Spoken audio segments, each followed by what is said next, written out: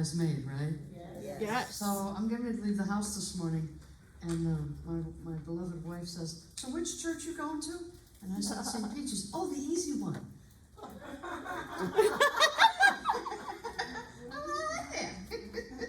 Because sometimes they're not easy. So, I'm good. So today's March 8th, right? So It in is. my day a joke a day. What did the farmer call the cow that had no milk? Utter failure. That's okay, I like that one. So we've all heard of Moses. Moses, cool dude. I'm not sure in our current values and our appearing caste societies of late, right? That Moses would even exist today. I think he would have woken up and said, "God called the wrong phone. Something's not right here." So in Exodus, this story about Moses and the burning bush is all chapter 3. It's 22 verses. So I'm going to read the whole thing to you. And take into account, when you hear these words and these names, don't discount them, because they actually have importance in the whole development of what Moses is trying to accomplish. So it goes this. Now, before I do that. So Moses is the guy that was put into a little basket and pushed down the river, and the Pharaoh's wife picked him up, and she raised him as a Prince? as a Jew. No. Egyptian prince? It wasn't the Jews. Oh my God. Now I'm thinking like you are. Like, oh my God, where am I? Egyptian. Thank you. Thank you. I was like, something's not right in this picture. So he's raised as an Egyptian, although his birthright is he's Hebrew. He knows it. She doesn't take that away from him, but she raises him as her own, as a child of an Egyptian pharaoh. So, meantime, Moses does a bad thing. He kills an Egyptian soldier who was harming the Hebrews. So he had within him that belly that said, "I need to protect the Hebrews." So he already had this little bit of a thing going on in there for him. So he has to go off to the countryside. He marries a woman and hides out as a farmer. Here comes the story of Moses. Now Moses kept the flock of Jethro, his father-in-law, the priest of Midian, and he led the flock to the back of the desert and came to Horeb, the mountain of God. Now, if you know your Bible, the mountain of God is where Abraham is asked to sacrifice his son, and he declares that's the Mount of God. So there's a connection here. So he's in the Mount of God. And the angel of the Lord appeared to him in a flame of fire from the midst of a bush. So he looked, and behold, the bush burned with fire, but the bush was not consumed. Then Moses said, "I will now turn aside and see this great sight, why this bush does not burn." He sees it and goes, "What? Oh, look, a bush that isn't burning." He's like, "Wow, what's going on?" So when the Lord saw that he turned aside to look, God called to him from the midst of the bush and said, "Moses, Moses." And he said, "Here I am." Then he said, "Do not draw near this place. Take your sandals off your feet, for this place where you stand is holy ground." Moreover, he said, "I am the God of your father, the God of Abraham, the God of Isaac, and the God of Jacob." And Moses hid his face, for he was afraid to look upon God. And the Lord said, "I have surely seen the oppression of my people who are in Egypt, and I've heard their cry because of their taskmasters, for I know their sorrows. So I have come down to deliver them out of the hand of the Egyptians, and to bring them up from the land to a good and a land large, to a land flowing with milk and honey, to the place of the Canaanites and the Hittites and the Amorites and the Pizerites and the Hivites and the Jebusites, the Zites. Right? These are all the tribes. And so it's important that this Bible verse says that, because the writer didn't want to exclude anybody. It's important that everybody gets mentioned, because this is the story, right? "Now therefore, behold, the cry of the children of Israel has come to me, and I've also seen the oppression for which the Egyptians oppress them. Come now, therefore, and I will send you to Pharaoh, that you may bring my people, the children of Israel, out of Egypt. But Moses said to them, Moses said to God, who am I that I should go to Pharaoh and that I should bring the children of Israel out of Egypt? He's just a lonely farmer who's been outcast. So he said, I will certainly be with you, and this shall be a sign to you that I have sent you. When you have brought the people out of Egypt, you shall serve God on this mountain. Then Jesus said to God, indeed, when I come to the children of Israel and say to them, the God of your fathers has sent me to you, and they say to me, what is his name? What shall I call them? And he said to Moses, I am who I am. And he said, thus you shall say to the children of Israel, I am has sent me to you. Moreover, God said to Moses, thus you shall say to the children of Israel, the Lord God of your fathers, the God of Abraham, the God of Isaac, and the God of Jacob has sent me to you. This is my name forever, and this is my memorial to all generations. Big deal. So here's this where we get to see for the very first time, I am as a reference to God.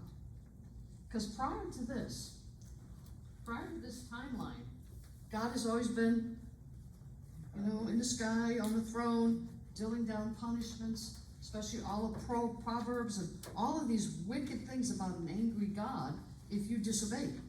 If you weren't on track, you were going to feel the wrath of God. So here's an example, because even just prior to this, even the God is speaking through an angel, right? We get a lot of angel stories. Well, this stops the angel stories. We're talking directly to God now. God is talking back to us. Whoa, what a revelation. It's a big deal. Next slide, please. So if there's, God is now speaking through us rather than to us from the heavens. This is our first realization of how it came to be that where did we make this transition? And this is the part in this book. And of course, the whole Bible book is Exodus. So it's all about Moses' conquest to get the Egyptians to release the Hebrews. Through us rather than to us. I was like, oh my God, they're so similar. Moses and Jesus. One, both their bodies ascended. Two, they were both clearly called. Jesus says in the temple at 11 years old, hey, I got to be about God's business. And his mom and dad's going, yeah, go ahead. Yeah, feed yourself. And so Jesus had to declare, this is what I'm going to do. And through the grace of God and the evolutionary of man, his parents said, okay, what do you need, son? Moses had the same thing. God speaks to him and says, you have something you need to do. You need to free my people.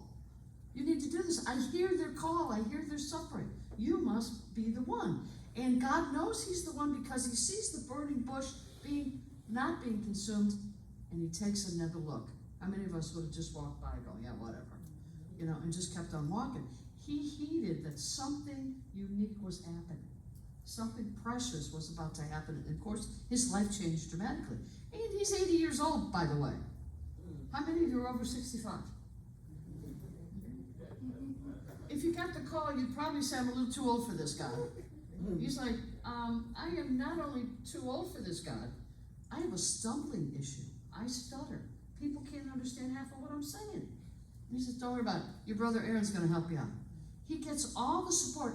Even his own personal resistances are completely negated. He can't come up with a reason to say no that settles his heart. Because in principle, we are all called to do something, whether it's a process of working as a IGA clerk in a grocery store.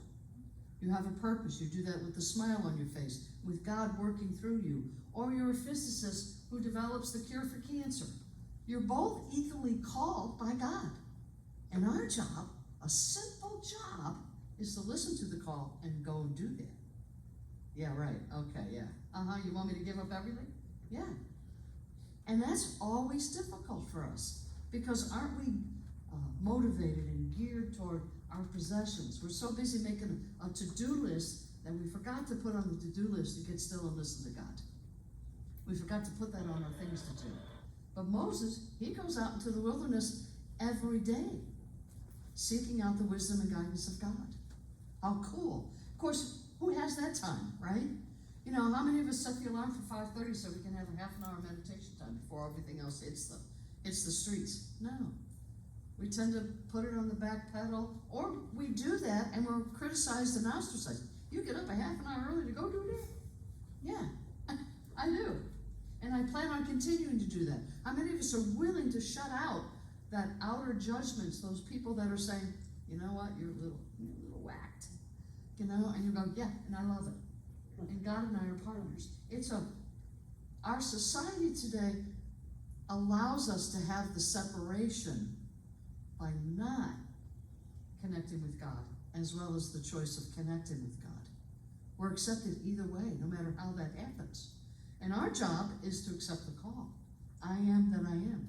I have a couple of rings that says I am on it, because in the Jesus version of the Bible, in the New Testament, I am invokes the power that we are attaching to our words. I am sick. You're attaching that, and that's the inner core of us. So we need to be very, very mindful of what we attach our I am to, because we're declaring that to be our truth. And do we want to declare that I am sick? I hope not. I am getting better and better every day. It's so much more of a truth statement than I am sick, which is not from God. That's a human situation. And of course, we always show some resistance when we have to make a major change, especially if it means leaving everything that we're familiar with. When we left home when we were 16, 18, 21, we left home and we said, have a nice day, change is coming and I love it. Now it's like, no. Just the door closes at 9 p.m., I'm in bed at 9:05, that's it. See, so we've evolved to a resistant state of mind, and yet we sometimes can blame money, friends, age, as our way of not listening to God. And Moses is a good example of, next slide, of not having that. Once his issues are resolved, I can't speak, I have no idea how I'm going to get around, what am I going to tell the Pharaoh, how does this all work? Once he got all that handled, okay, he went home and told the wife, pack up. And fortunately, she's 75 going, okay, adventure, here I come. God's present with Moses. God is with Moses. There's no doubt. In his rest of his life, he and God are working in tandem. He discovers and experiences a lot of resistance from the Pharaoh, all the plagues. And God says, don't worry about it. I never said it was going to be easy, Moses. I said, you need to be the one to do it. And sometimes when we think we're called by God, it should be easy, shouldn't it? I mean, by golly, I'm doing God's work. And God says, no. There's obstacles in our spiritual growth that we must get through. We have to walk through these obstacles and come away to the other side, which is our blessing, however that unfolds. This occurred to me, and I went, you know, God is good. If we're willing to wait for it and see it, right? I have a friend in my life who signs his email and says, look for the good, right? And I'm like, okay. So I walk in to get my hair cut. I'm on time. I park the car and realize I'm 3 blocks away. Parked on the wrong street, guys. And I went, don't worry about it. Chill, Mo, breathe, enjoy the walk, you know, trying to shift. I finally get to the place right on time on my appointment. I said, hi, I'd like to, you know, I'm here for my appointment with Roxanne. And she gives me a very nice look. She looks at the book, looks at her friend. We don't have anybody by that name here. Pretty sure this is where I'm supposed to be. Check my notes, appointment. Walked out and went, what the heck did I do wrong? Ding, ding, ding, ding, ding, ding, they're going off. I gave my wife the name of this person and this phone number to make an appointment because I said she was so good. Here I am at the shop and I went, oh no, she's going to get there and there's not going to be anybody here by that name. I am going to be in the doghouse. I have misled all this stuff right. And I'm like, breathe. I actually sat down on a bench, took a breath. Well, let me call the number I made the appointment with. Hi, I'm supposed to be there. Well, yeah, where are you? You're late. Where are you guys? East Jabib. I haven't been in that hair salon in 10 years. And somehow, I got it in my mind that that's where I was going. And I said, I am not going to be able to make that appointment today. I am so sorry. And I hung up the phone and went, Susan, have you made that appointment with the hairdresser yet? Oh, they didn't have any openings. Oh, really good. Thank you, Jesus. Oh my God. I was out on the bench going, woo!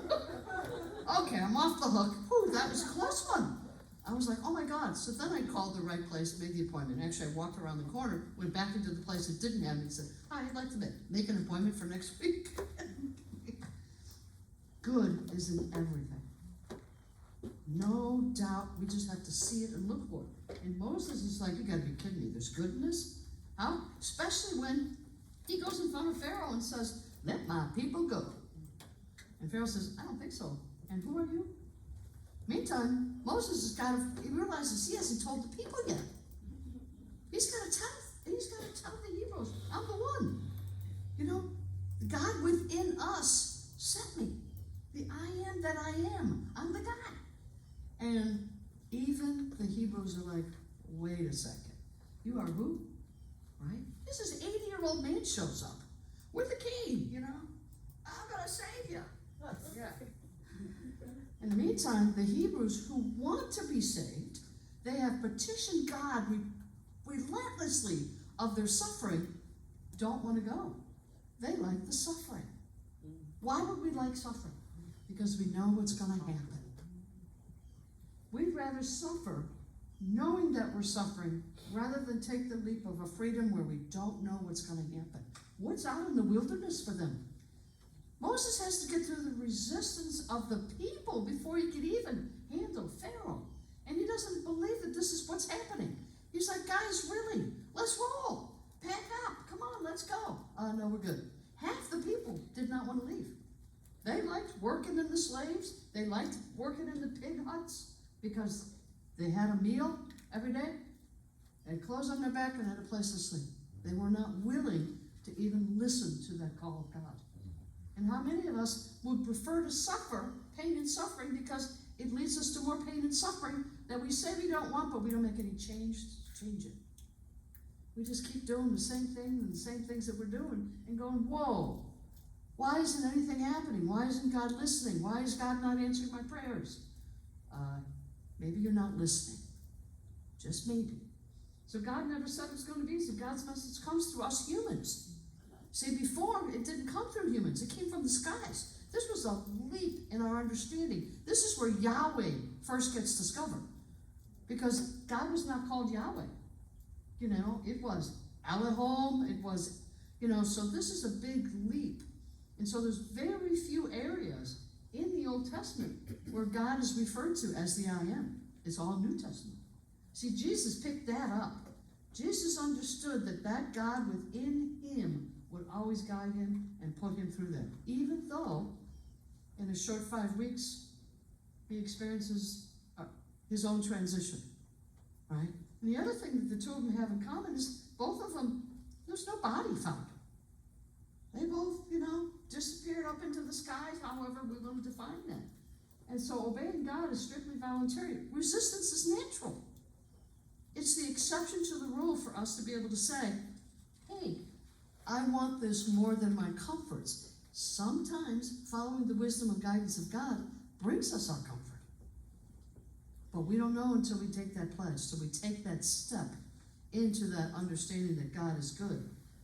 So if we're all the chosen one, what have we chosen as far as following God's wisdom and guidance?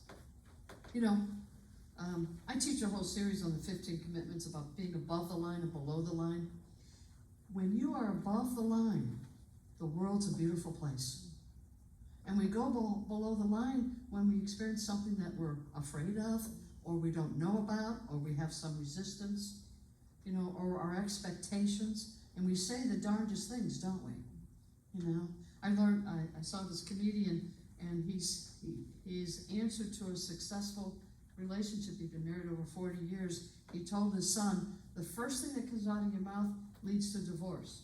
The second thing that comes out of your mouth, you're sleeping on the couch. The third thing that comes out of your mouth is a happy marriage. Never say 1 and 2. Staying above the line. Staying above the line. You know, we all live with and know goofy people. We do the darndest things, don't we? You know, and yet we continue to strive and continue to facilitate a relationship with God. That's why you're here. That's why you made sure that the alarms were set properly so you didn't miss out.